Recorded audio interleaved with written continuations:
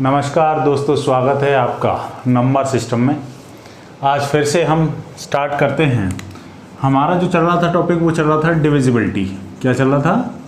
Divisibility. और divisibility में हमने 4 तक के रूल, आई थिंक 4 का रूल हमने कंप्लीट कर लिया था। आज देखते हैं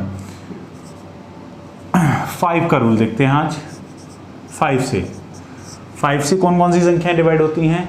जिन संख्याओं के लास्ट में 0 या 5 का अंक हो, जिन संख्याओं के लास्ट में 0 या 5 होना चाहिए, तभी वो संख्या कितने से डिवाइड होगी? 5 से। एग्जाम्पल मैंने बोला 130, तो लास्ट में 0 देखा तो आप समझ जाएंगे कि 5 से डिवाइड होगी। 1375, लास्ट में 5 देखा तो 5 से डिवाइड हो जाएगी। 1290, तो ये 5 से डिवाइड हो जाएगी। तो या तो 0 देखना चाहिए या 5 देखना चाहिए, तो हमें पता चल जाएगा ये 5 से डिवाइड हो जाएगा। इससे ज़्यादा क्वेश्चन बनते नहीं हैं। नेक्स्ट है 6 से डिवाइड होने वाली संख्याएं। 6 से कौन कौन सी संख्याएं डिवाइड होती हैं? तो हम क्या करेंगे, इसके फैक्टर करेंगे। फैक्टर मतलब 2 × 3। 6 को कैसे लिख सकते हैं? 2 × 3, यानी वो संख्या 3 से भी डिवाइड होनी चाहिए और 2 से भी डिवाइड होनी चाहिए। मैंने आपको दोनों का रूल बताया है, वो संख्या 3 से भी डिवाइड हो और 2 से भी डिवाइड हो। तो 2 से डिवाइड का रूल कहता है कि संख्या के लास्ट का अंक कोई भी इवन डिजिट होना चाहिए, या 0, 2, 4, 6, 8 में से कोई भी अंक हो, तो वो संख्या 2 से डिवाइड हो जाएगी। 3 से डिवाइड का रूल क्या कहता है? Sum of the digit of the particular number should be divisible by 3, यानी संख्याओं के अंकों का जो योगफल है वो 3 से डिवाइड होना चाहिए। अगर ये संख्या दोनों से डिवाइड हो जाती है तो मैं कह सकता हूं कि वो संख्या 6 से भी डिवाइड होगी। देखते हैं जरा एग्जांपल से। मैंने लिखा है यहां पर 132, ये संख्या 6 से डिवाइड है या नहीं। तो सबसे पहले चेक करेंगे कि 2 से डिवाइड है या नहीं। तो 2 से डिवाइड के लिए हम क्या देखते हैं? लास्ट वाला अंक। तो 2 से तो डिवाइड है। 3 से डिवाइड होने के लिए हम क्या देखते हैं? 1 + 3 + 2, ये 3 से डिवाइड होना चाहिए, यानी ये 6 हो गया और 3 से डिवाइड है, यानी 2 और 3 दोनों से डिवाइड हो रहा है। इट मीन्स मैं कह सकता हूं कि 6 से डिवाइड हो जाएगी। फॉर एग्जाम्पल नेक्स्ट मैंने लिखा 179234। मान के चलो ये इतना बड़ा नंबर है, मुझे चेक करना है कि ये 6 से डिवाइड है या नहीं। तो सबसे पहले हम 2 से डिविजिबिलिटी का रूल देखेंगे। 2 से लास्ट का अंक देखेंगे, 4 डिवाइड होता है। अब बस हमें चेक करना है कि 3 से डिवाइड है या नहीं। तो आप जोड़ेंगे 1 और 7 8 और 9 17 और 2 19 और 3 22 और 4 26। क्या 3 से डिवाइड होता है? नहीं। तो इसका मतलब केवल 2 से डिवाइड हो रहा है, लेकिन 3 से डिवाइड नहीं हो रहा है। तो ये 6 से डिवाइड नहीं होगी। अंडरस्टूड है?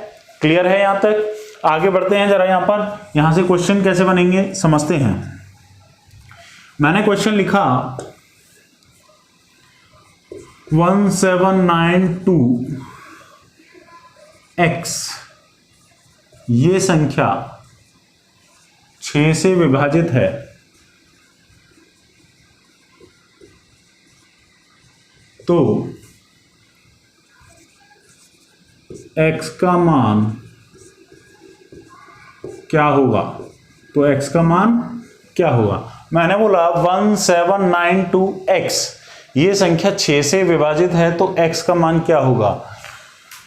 तो हम कैसे निकालेंगे? सबसे पहले चेक करेंगे कि ये 2 से डिवाइड होगी या नहीं होगी। 6 से डिवाइड का रूल कहता है 2 × 3, यानी ये संख्या 2 से भी डिवाइड होनी चाहिए और 3 से भी डिवाइड होनी चाहिए। तो सबसे पहले देखते हैं 2 से डिवाइड के लिए हम लास्ट का अंक देखते हैं 1792x, लास्ट वाला अंक, यानी x की जो वैल्यू होगी वो 2 से डिवाइड होने वाली होनी चाहिए। यानी 0 हो सकती है, 2 हो सकती है, 4 हो सकती है, 6 हो सकती है और 8 हो सकती है, और कोई वैल्यू पॉसिबल नहीं है। 3 से डिवाइड का रूल क्या कहता है? जोड़ना पड़ेगा। तो हम जोड़ेंगे 1 + 7 + 9 + 2 + x, ये 3 से डिवाइड होना चाहिए।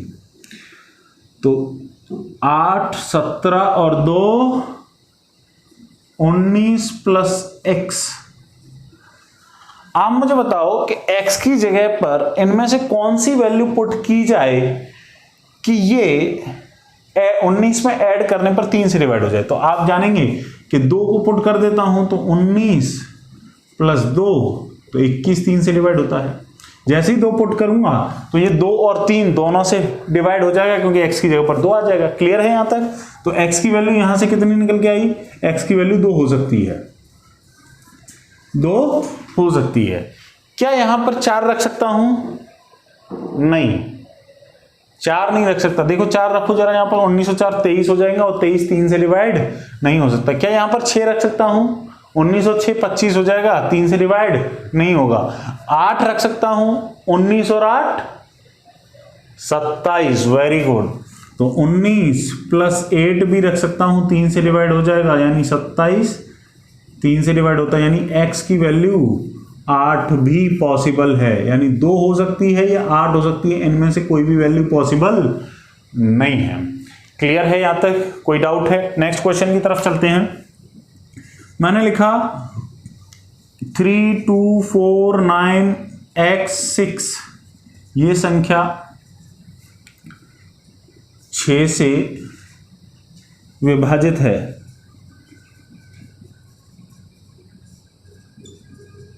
तो x का मान क्या होगा? तो x का मान क्या होगा?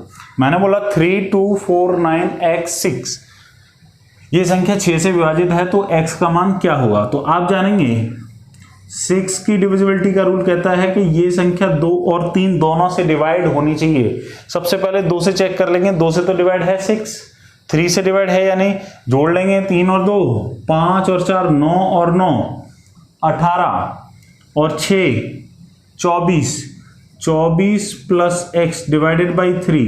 24 में कितना जोड़ूं? 0। 24 में कितना जोड़ूं? 3। 24 में कितना जोड़ूं? 6। 24 में कितना जोड़ूं? 9।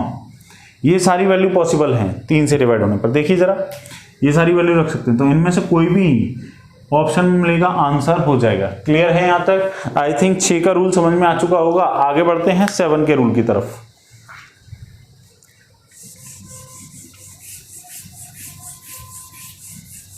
सेवन के रूल की तरफ बढ़ते हैं हम लोग।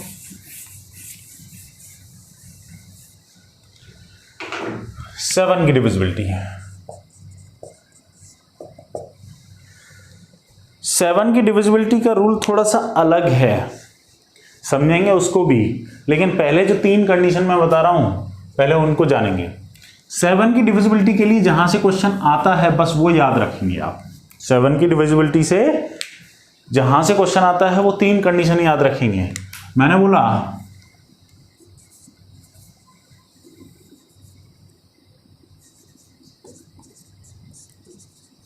कोई भी एक अंक लगातार 6 बार आए या 6 के गुणज में आए।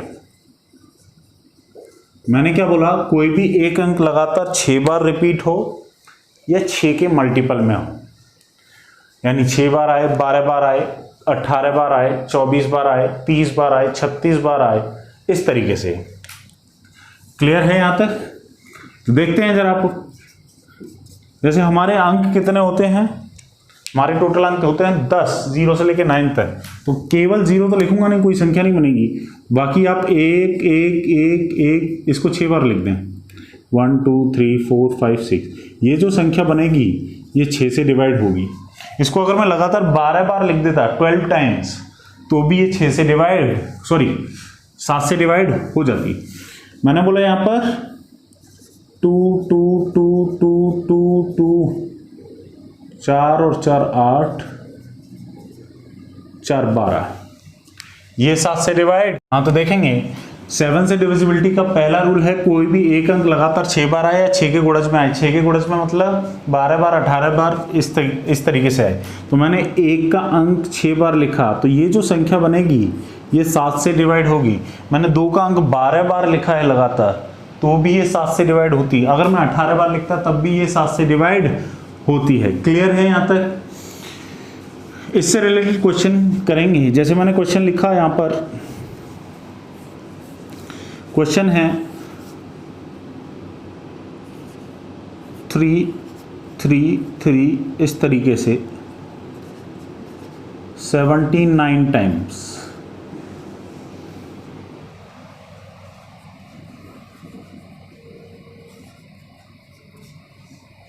थ्री यानी 3 का अंक 79 टाइम्स लिखा।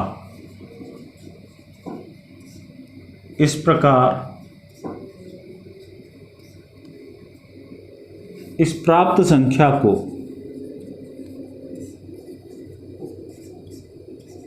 सात से भाग देने पर क्या शेषफल आएगा? भाग देने पर क्या शेषफल आएगा? वेरी इंपॉर्टेंट क्वेश्चन है। मैंने बोला 3 का अंक अगर मैं 79 टाइम्स लिखूं, 79 बार लिखूं और जो संख्या बनेगी इतनी बड़ी तो आप तो संख्या को 7 से भाग देने पर क्या शेषफल आएगा। अगर किसी को ये रूल नहीं पता है तो फिर दिक्कत हो सकती है। समझते हैं जरा यहां पर डिटेल में।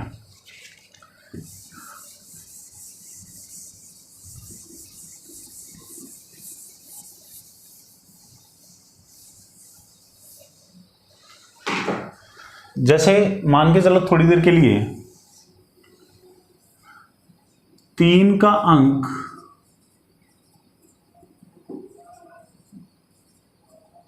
4 और 4 8 टाइम्स लिख दिया। मैं या तो ऐसे लिख दूं या 3 3 3 3 8 बार लिख दूं।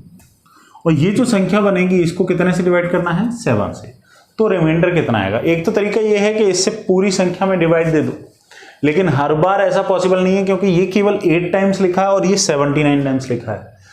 तो हमें क्या करना होगा, अब आपको पता है कि कोई भी एक अंक लगातार 6 बार आता है तो वो 7 से डिवाइड हो जाएगा। फॉर एग्जांपल ये जो लगातार 6 बार आए हैं यहां तक तो 7 से डिवाइड हो जाएगा। क्या डिवाइड नहीं होगा? केवल 33। तो हम 3 के अंक को 2 बार लिखेंगे और 7 से डिवाइड करेंगे तो क्योंकि यहां तक डिवाइड देने पर तो रिमाइंडर 0 आ जाएगा क्योंकि परफेक्टली डिवाइड होगा। मैंने पहले बोला 6 बार आता है तो परफेक्टली डिवाइड होता है। लास्ट के ये जो 3 बचे हैं इनमें मुझे 7 से डिवाइड देना है तो मुझे पता चल जाएगा कि ये पूरी संख्या में रिमाइंडर क्या आएगा। तो आप बताइए 33 में 7 से डिवाइड देंगे तो रिमाइंडर कितना आएगा? तो आप बोलेंगे 7 चौके 28 यानी 5 बचेगा। 7 4 जा 28 तो 5 रिमाइंडर आ जाएगा। एक तो तरीका ये है। दूसरा तरीका हम ये जानेंगे 6 के पेयर कितने बनेंगे। आपको यहां कैसे पता चला कि 6 के पेयर कितने बनना है? तो आपका एक पेयर कंप्लीट हो रहा है 8 में, एक पेयर कंप्लीट हो रहा है। वो कैसे पता चला? आप डायरेक्ट 8 टाइम्स लिखा है, इसमें 6 से डिवाइड देंगे तो कितनी बार गया? एक बार। मुझे इससे कोई मतलब नहीं है क्योंकि एक पेयर जो बना उसमें तो डिवाइड करने पर कोई भी शेषफल बचेगा ही नहीं। तो इसको ऐसे लिख सकते हैं 8 में 6 से डिवाइड दिया तो रिमाइंडर कितना बचा? 2। ये 2 रिमाइंडर क्या है? 3 का अंक, ये जो रिपीट हो रहा है 3 का अंक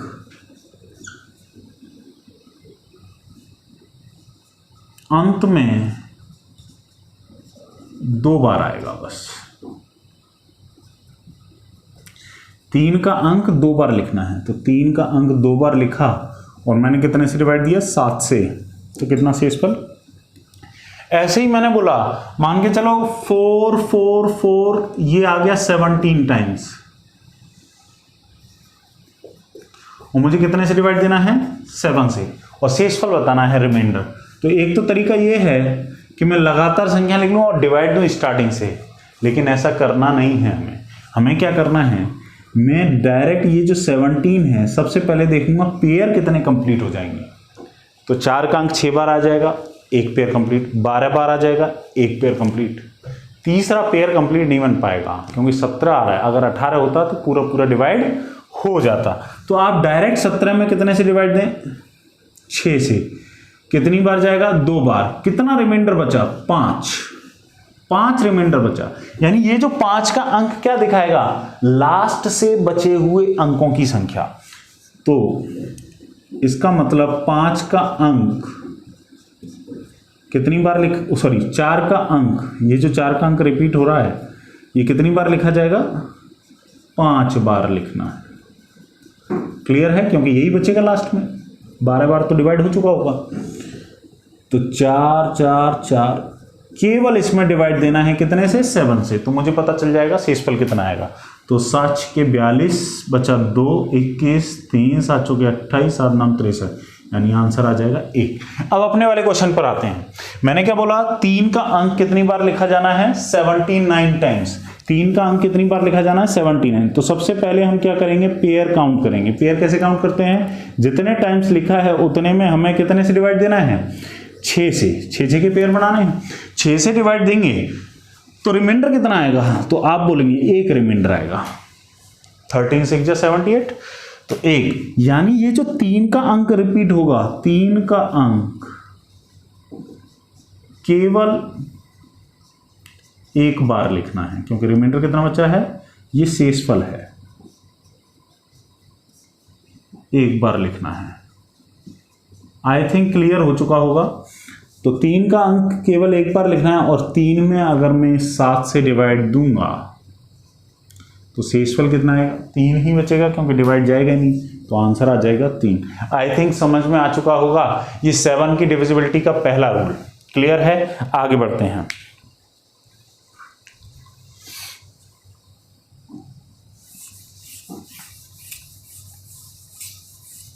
एक और क्वेश्चन करते हैं, समझ में आ जाएगा।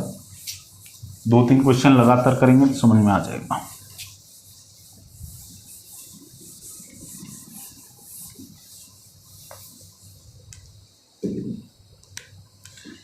मैंने बोला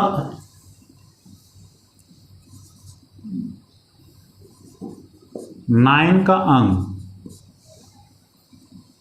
तो digit of 9 is repeated 104 times. 9 का अंक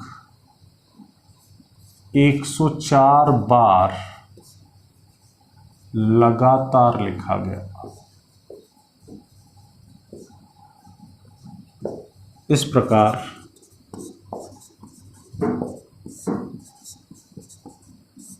प्राप्त संख्या में 7 से भाग दिया गया, 7 से भाग दिया गया,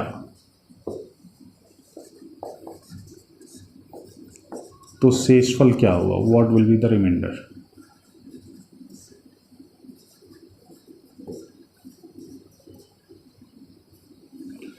देखते हैं जरा फिर से। तो 9999 इस तरीके से 104 टाइम्स लिखा गया। कितनी बार, 1। और ये जो संख्या है ये कितने से डिवाइड की गई, 7 से। 7 से डिवाइड की गई। तो सबसे पहला लॉजिक क्या है, हमें ये देखना है कि हमारे पेयर कितने बनेंगे इतने में, क्योंकि इतनी बड़ी संख्या लिखी नहीं जा सकती। तो आप क्या करेंगे, 104 में कितने से डिवाइड देंगे, 6 से। 104 में 6 से डिवाइड देंगे, और हमें पता क्या करना है, हमें रिमाइंडर पता करना है। तो इसमें रिमाइंडर कितना आ जाएगा, 2। 6 बन जा 6, 4 बचेगा, 6 7 जा 42, 2 बचेगा। अब ये 2 क्या दिखाएगा, लास्ट से बचे हुए अंकों की संख्या। लास्ट से बचे हुए अंकों की संख्या, यानी अगर मैं 999 लिख रहा हूं तो ये 104 टाइम्स ये 9, ये 104, 103, 102, इस तरीके से, है ना। तो इस तरीके, तो यहां तक आप जानते हैं ये पूरा डिवाइड हो चुका होगा, केवल ये डिवाइड नहीं होगा। ये कितना, 2 ही तो बचा। तो इसका मतलब जो अंक रिपीट हो रहा है, जितना शेषफल बचता है उतनी बार लिखना है। यानी 9 का अंक 2 बार लिखना है। तो हमारा लास्ट में 99 दो बार लिखा। डिवाइड कितने से करना है? 7 से। 7 से डिवाइड दिया, 7 से डिवाइड देंगे तो शेषफल कितना आएगा? 7 1 जा 7, 2 बचा यानी 1, तो आंसर आ जाएगा 1। आई थिंक समझ में आ चुका होगा। आज के लिए इतना ही रखते हैं और कल और सारे क्वेश्चन कराएंगे, बहुत अच्छे अच्छे क्वेश्चन कराएंगे 7 की डिविजिबिलिटी के। तो देखते रहिए मैथ्स विद जीएस में नंबर सिस्टम, आपको सब कुछ यही मिलने वाला है। Thanks a lot.